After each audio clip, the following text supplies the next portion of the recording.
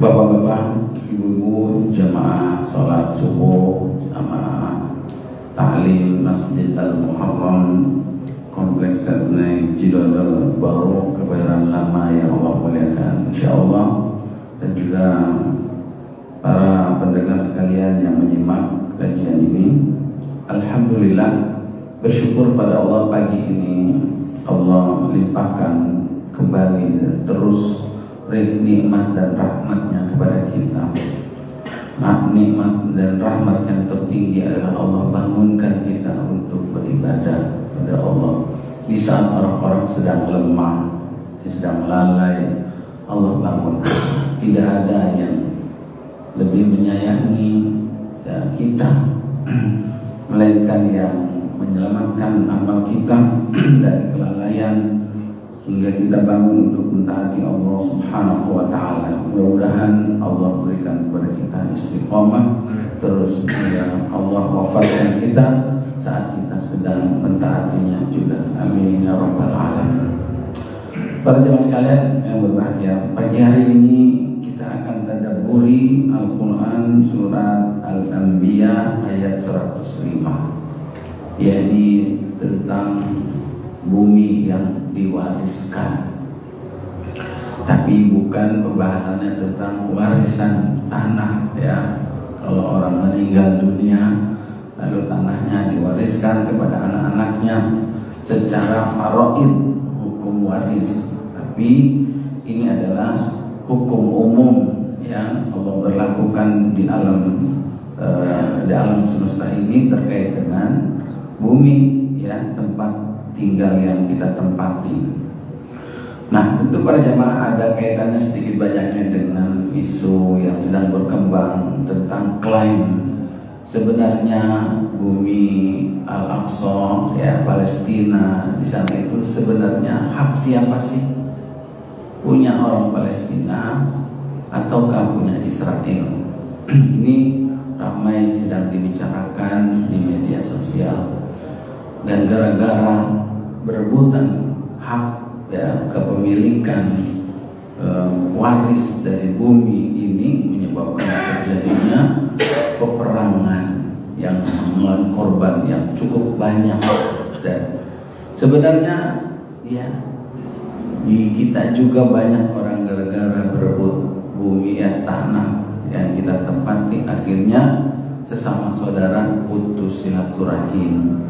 Gara-gara berebutan ya, tempat tinggal cuma beda sejengkal aja, orang bisa main dukun, main telur, main pelet ya, main membunuh guna-guna dan lain sebagainya.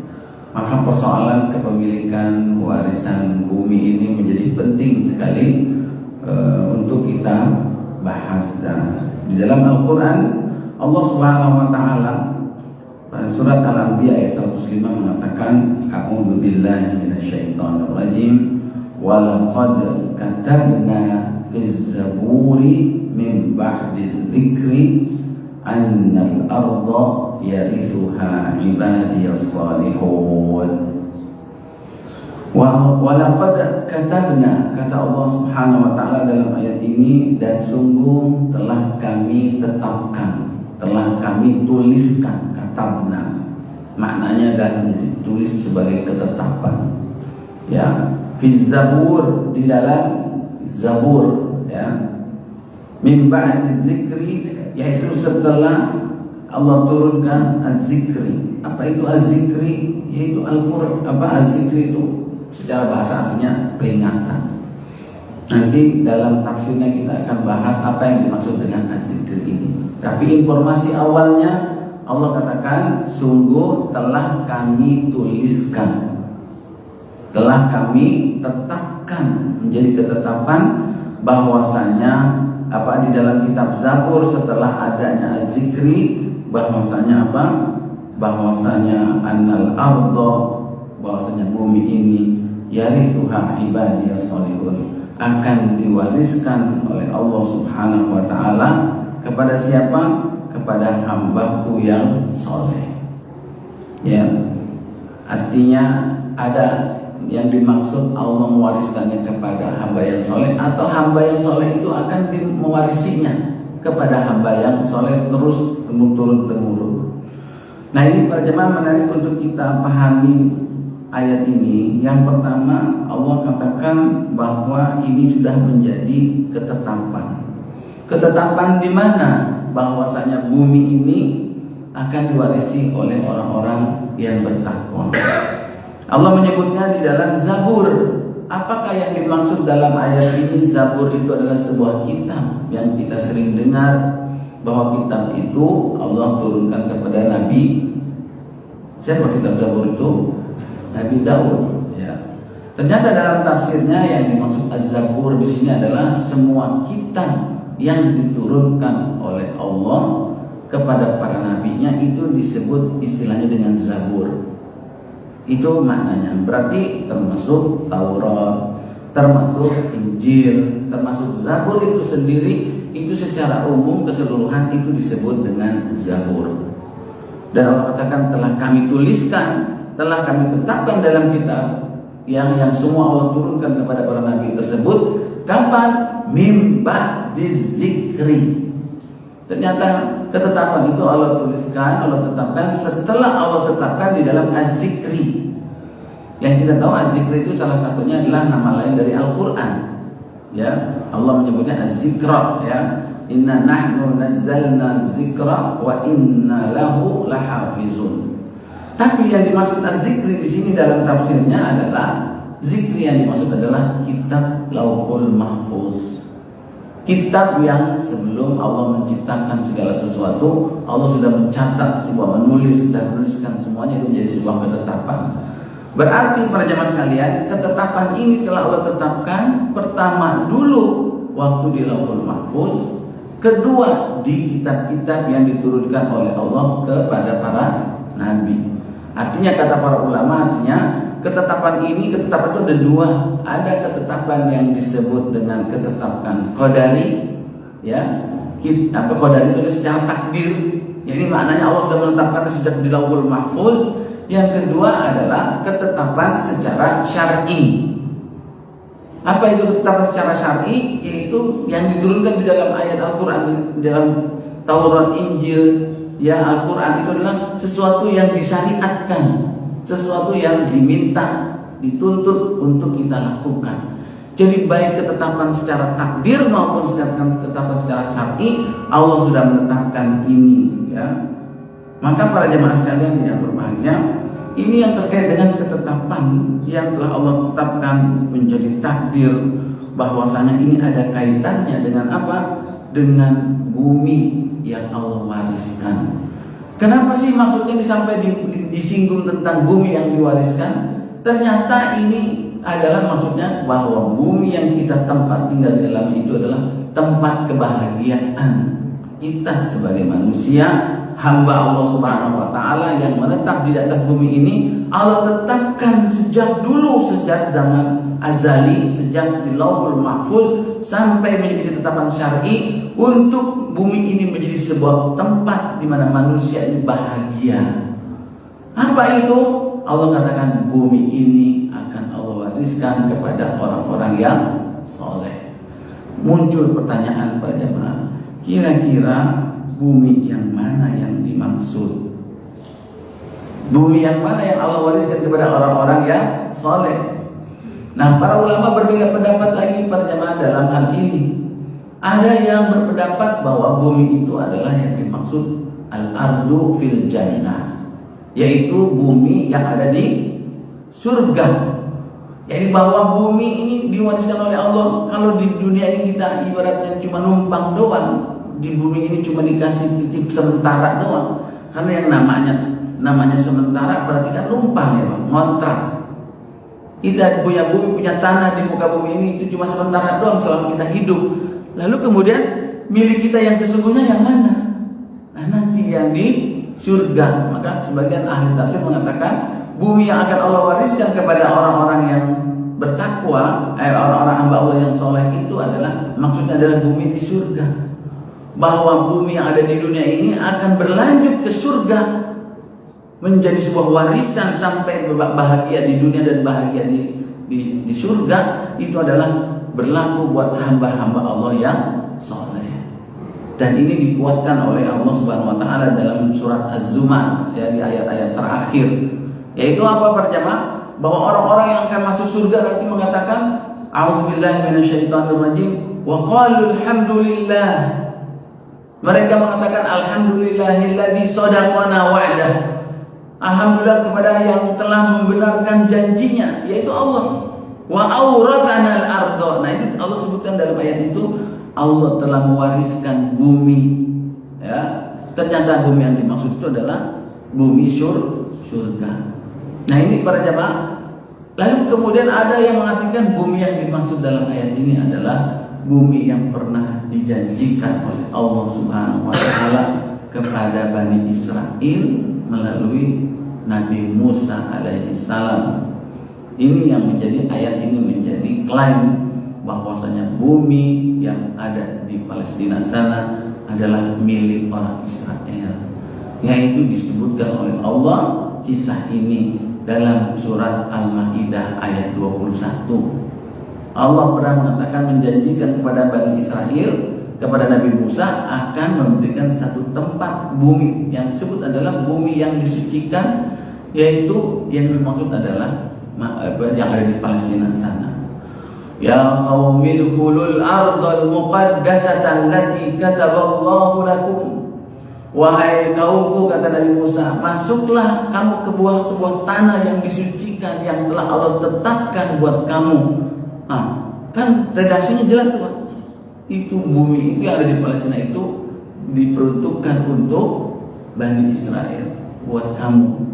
Wala tartaddu ala adbarikum fatanqalibu khasirin. Dan kamu jangan sekali-sekali berbalik ke belakang, kamu akan rugi. Maka itu kalau kita lihat ayat itu saja, maka wajar kalau seandainya ada yang mengatakan atau mengaku bahwa bumi Palestina itu adalah warisan utuh Bani Israel. Dan ini salah satu yang dimaksud oleh para mufassirin, bumi yang ada dalam surat Al-Anbiya ayat 105 itu adalah bumi yang dijanjikan.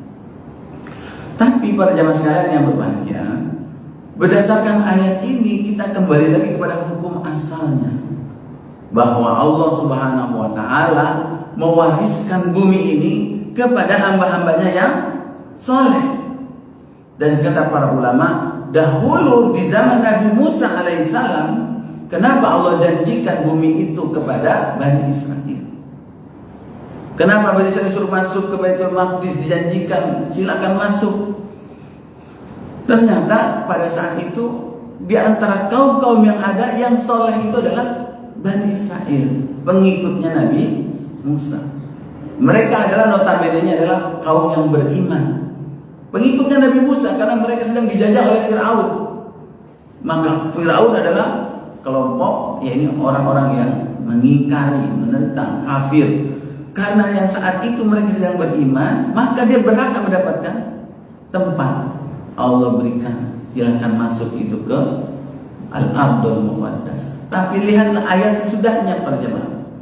Ayat sesudahnya Allah Subhanahu wa taala jelaskan bahwa ternyata mereka masuk ke dalam negeri itu pun penuh dengan pengingkaran. Gak mau mereka masuk. Jadi begitu masuk bilang sama Nabi Musa, "Ya Musa, inna fiha qauman jabbarin." Di dalam negeri itu ada kaum jabbarin. Ada apa? Orang-orang yang tinggal di situ, orang-orang yang galak, orang-orang yang bengis, orang-orang yang jahat, yang sadis. Mereka nggak mau berjamaah. Lalu kemudian Nabi Musa meyakinkan, masuk saja dulu kamu. Sudah disuruh oleh Allah, berarti Allah yang menjamin. Asal kamu sudah masuk ke dalam pintunya saja, itu kamu menang pasti. Tapi memang dasar Bani Israel, apakah menjelaskan tentang sifat-sifat kesolehan dalam ayat tersebut. Sifat-sifat kesolehan adalah orang-orang yang taat kepada Allah, nurut kepada nabinya, taat kepada Allah Subhanahu wa taala. Ternyata udah dipaksa suruh masuk, udah dijanjikan bahwa kamu akan menang, tetap aja dia bilang apa? Enggak mau, kami enggak bakalan mau masuk ke daerah tersebut. Mereka sendiri yang menolaknya. Sampai kapan? Sampai itu kaum kabur, ya, ninggalin tempat tersebut, ya. Lalu kemudian sampai kurang ajarnya mereka mengatakan kepada nabinya, izhab anta wa rabbuk. Kalau emang mau juga maksa juga, kamu aja sama Tuhan kamu itu pergi sana, masuk ke dalam sana. Kan konyol, songong sama nabinya, dibilang kamu aja sama Tuhanmu. Silakan perang, usir no. Tak kalau orang-orang sudah nggak ada, baru kita masuk. Nah ini para jamaah, kisahnya ternyata setelah itu Allah buat itu Bani Israel itu jadi tersesat. Selama 40 tahun dia terombang-ambing masuk ke, nggak bisa, mana masuknya, pulang balik di situ aja. 40 tahun tersesatnya para jamaah. 40 tahun itu belum lama juga tersesat. Sampai saat itulah Nabi Musa meninggal. Keadaan Bani Israel terombang-ambing. Nah, para jamaah sekalian yang berbahagia, hingga kemudian mereka akhirnya setelah diselamatkan dari Firaun, akhirnya masuk juga ke Palestina, dan akhirnya kemudian setelah itu terjadi peperangan hingga akhirnya mereka pun terusir. Nah itu yang kita bahas pada pekan lalu. Akhirnya mereka terusir dan mereka banyak ada di negara-negara Eropa, dan kemudian mereka datang lagi untuk mau mengambil yang dianggap sebagai bumi yang dijanjikan kepada mereka. Tapi mereka lupa bahwa dalam ayat ini Allah mengatakan bumi ini akan Allah wariskan kepada orang-orang yang soleh. Dan itu juga dikatakan oleh Nabi Musa ketika berhadapan melawan tukang sihirnya Fir'aun, ya. Ketika beradu kehebatan antara Nabi Musa dengan tukang sihirnya Fir'aun, ternyata kalah tukang sihirnya Fir'aun dan mereka masuk Islam. Dan ketika masuk Islam malah disiksa oleh Fir'aun, dijajah di Mesir para jamaah. Sebelum masuk ke Palestina, di Mesir, lalu kemudian dijajah sampai kemudian Nabi Musa mengatakan sabarlah kalian.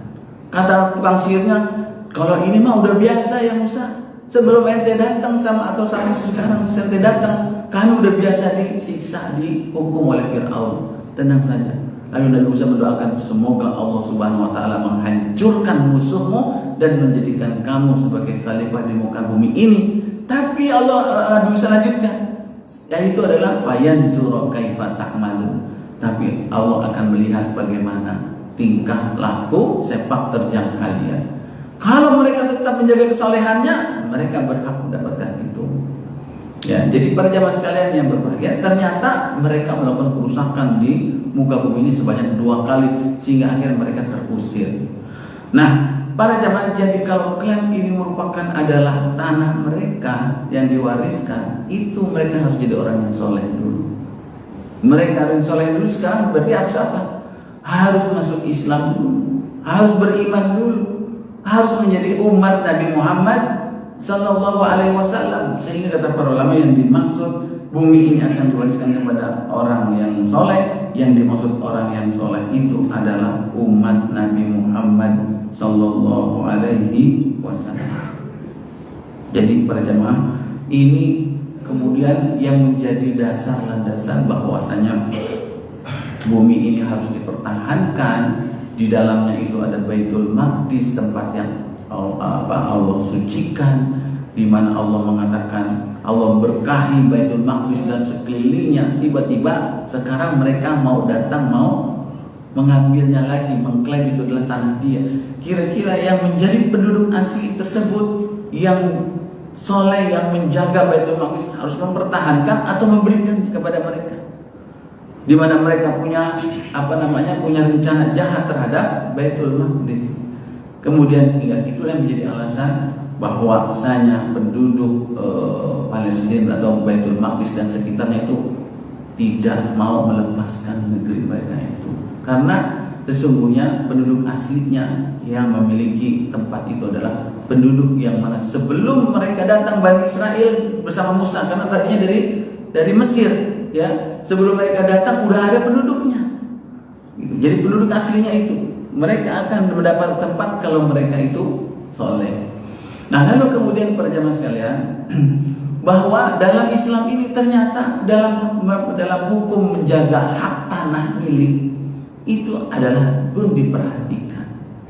Kalau seandainya mereka penduduk asli Baitul Maqdis, orang Palestina ini adalah pemilik sah hak tanah tersebut, tiba-tiba mau diambil, ada dalam syariat Islam itu adalah menjaga harta milik. Di dalam hadis Nabi SAW mengatakan apa para jemaah? Jika ada salah seorang di antara kamu, ada seseorang yang ingin mengambil harta kamu, maka cegahlah, lawanlah dia. Diperintahkan kita untuk melindungi harta kita. Kalau ada yang malam, kalau ada yang ngerampok, ada yang menjarah, itu kita diperintahkan untuk menjaganya. Bagaimana kata sahabat kalau seandainya dia melawan? Ya Rasul, kata Nabi, lawan lagi. Bagaimana kalau seandainya aku terbunuh? Kata Nabi SAW, maka engkau syahid. Maka siapa yang berperang, ya, membela hartanya, itu kalau dia sampai terbunuh, fahuwa syahid. Dia syahid membela harta itu. Lalu kemudian apalagi membela tanah, membela bumi, membela Masjidil Aqsa. Jadi para jamaah sekalian yang berbahagia, kalau sahabat itu nanya lagi, bagaimana kalau aku yang membunuh dia? Dia yang terbunuh. Maka kata Nabi, yang dibunuh itu masuk neraka. Bukan yang membunuhnya jadi masuk neraka, tapi yang dibunuhnya yang mau mengambil harta kalian, itulah yang akan masuk neraka. Di dalam Islam ini ada hukum tentang menjaga hak milik tanah kita para jemaah. Sampai di dalam hadis Nabi SAW itu ada aturan siapa yang mengambil tanah orang lain sejengkal aja, itu haknya bukan menjadi hak dia, tapi hak tanah orang lain, maka itu nanti pada hari kiamat tanah itu akan dikalungkan di lehernya. Artinya itu termasuk dosa besar. Ya, lagi ngukur tiba-tiba curangi, tambahin semeter, tambahin setengah, sekian. Itu kalau bukan punya dia itu dosa besar. Apalagi kalau itu adalah banyak, apalagi itu satu wilayah, apalagi itu satu negara. Maka ada hukum di mana kita menjaga hak milik kita. Belum lagi ada yang namanya hukum waris di dalam Islam, agar jangan sampai perpindahan tanah harta dari satu ke yang lain itu berpindah dengan cara yang tidak benar. Ada aturan-aturannya, seseorang dapat bagian sekian, seseorang dapat bagian sekian. Maka ini kenapa menjadi sebuah pertarungan, sebuah perhelatan mempertahankan tanah di sana? Itu adalah karena terkait dengan hukum-hukum yang diyakini diatur di dalam Islam ini. Maka para jemaah sekalian berbahagia, kembali kepada hukum asalnya, bahwa Allah Subhanahu wa Ta'ala akan mewariskan bumi ini kepada hamba-hambanya yang soleh.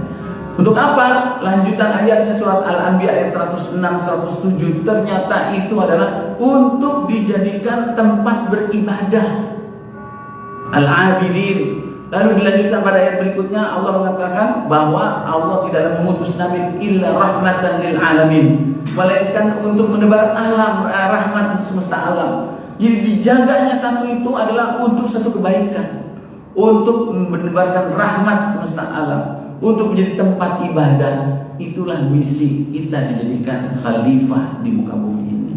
Dan siapa yang menjalankan itu semua, dia berhak mendapatkan warisan bumi tersebut, bahkan sampai ke surga. Jadi para jemaah sekalian yang berbahagia, silahkan kalau umpamanya ada cekcok masalah harta benda, kalau memang itu adalah hak kita dan kita ingin gunakan itu untuk beribadah kepada Allah, itu sama saja kita mempertahankan hak untuk satu kebenaran, untuk dasarkan perintah Allah Subhanahu wa Ta'ala, untuk kita jadikan sebagai tempat yang ibadah, dan karenanya Allah Subhanahu wa Ta'ala akan mendatangkan barokah. Ini barangkali para jemaah sekalian yang berbahagia, mudah-mudahan tanah yang kita tempati, rumah yang kita tempati itu akan menjadi barokah manakala kita yang menghuni, yang menempati tempat tinggal tersebut berhias diri dengan sifat-sifat kesolehan. Dialah pewaris yang sesungguhnya, yang diridhoi oleh Allah Subhanahu wa Ta'ala, yang mewarisi bumi di dunia ini, dimanapun belahan bumi ini. Kalau digantikan untuk beribadah, maka Allah akan berkahi. Dia akan mendapatkan kebahagiaan di dunia, bahkan sampai mendapatkan kebahagiaan ke surga. Ini yang dimaksud pada jemaah. Mudah-mudahan Allah Subhanahu wa Ta'ala membimbing kita semua.